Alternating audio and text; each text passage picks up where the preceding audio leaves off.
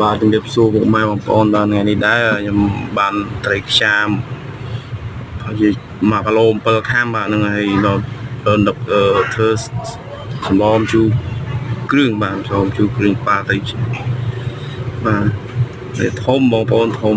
1គីឡូជាងនឹងត្រីហ្នឹងហើយ